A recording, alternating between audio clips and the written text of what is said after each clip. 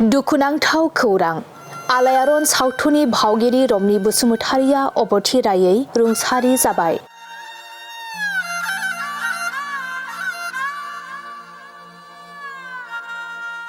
नंगौ, क'क्राझार हाब्रुबारि गामिनि थागिबि एबा गागि भावगिरि रमनि बसुमतारिया थांनाय मैया बेलासि समाव अबथिरायै रुंसारि जायो।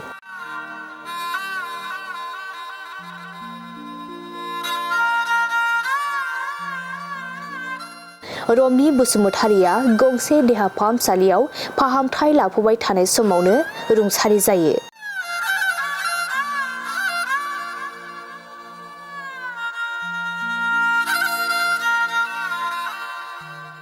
मख'नो गोनांदि बिथाङा बर' सावथुन मुलुगनि गिबिसिन फिचार फिल्म इआरन सावथुनाव फावखुंग्रि हांमानि बिमा महरै फाव खालामदोंमोन आरो बयनिबो अनसायजानाय मोननो हादोंमोन।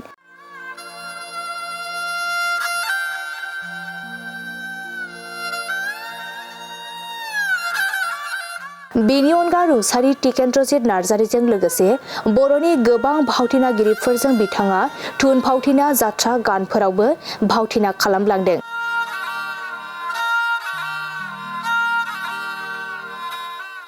बिथांनि रुंसारि जानाया बर' समाज आरो बर' सावथुन मुलुगनि थाखाय सुफुंख'नो हायै मोनसे खहा।